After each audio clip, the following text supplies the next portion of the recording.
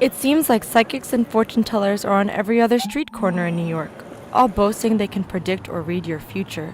Some visit psychics for a good laugh, others are just looking for a new experience, and some are hoping to gain insight on what's in store for their lives. Like student Gabby Velasco, who visited a few psychics last year because she was worried about her future and wanted to ease some of her anxiety. It was overall a really positive experience. It was really cool seeing what supposedly will happen in the future.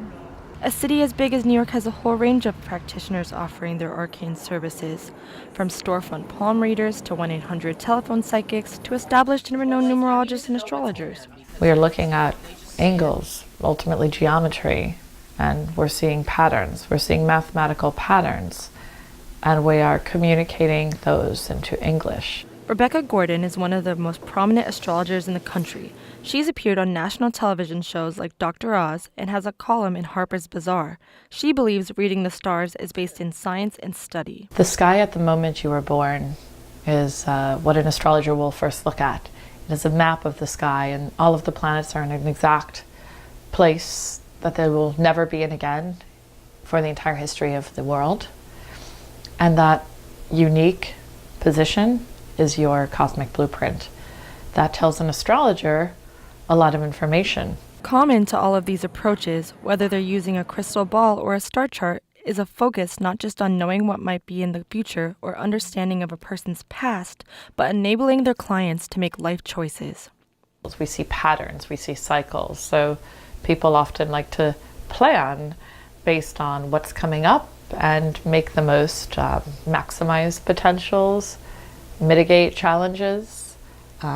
It's like having a roadmap in life, pretty much, and you can steer your course throughout life with more awareness. Say, for example, if you're under a really gnarly Pluto transit, you expect life to be hard.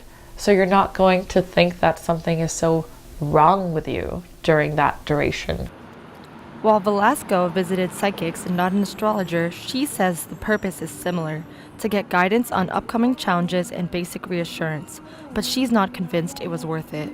So I think it could soothe your anxieties in the short term, just because if you have a really negative mindset and you're worried about the future and where you're going in life, if they tell you like you're gonna have a great life, really long one, and you're gonna get all the things you want and the career you want, then you could feel better. But past that, it won't change the way you're thinking. Indeed, there is a growing debate in the U.S. these days over the potential therapeutic value of these mystic arts. Some are utilizing fortune tellers as a stand-in to traditional therapy, often as a less serious place to vent or talk. Others believe these practitioners engage in outright fraud and should not be given such trust. Scandals like the one involving Miss Cleo, a well-known phone psychic whose TV network was shut down by the FBI for fraud and deception in 2002, also don't help legitimize an already doubted practice.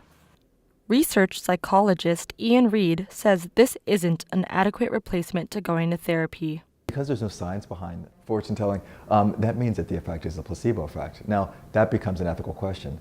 If you know placebo effects, do you prescribe a placebo? I would say no.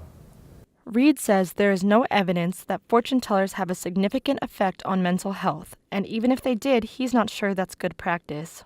If I was treating someone and it was effective, but everything I was saying was wrong, then that brings sort of an ethical question in my mind, like, do I continue to do that? Well, the pros are that it's being helpful, but the cons are that it's a facade. Whether it's for life guidance or for fun, Velasco says going to a fortune teller is what you make of it. It's sort of implied that fate and destiny exists, which I personally don't believe in. I just think everything's random and a coincidence.